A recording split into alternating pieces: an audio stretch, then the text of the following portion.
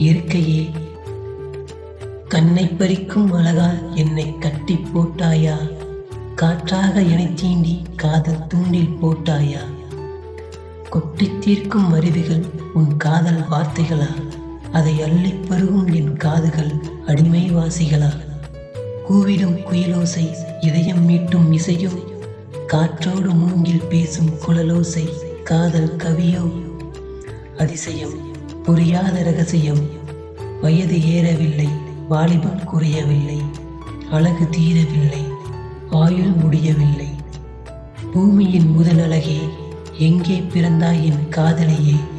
பிரபஞ்ச பேரழகி மகளா, நட்சத்திர ஒளியின் துகளா,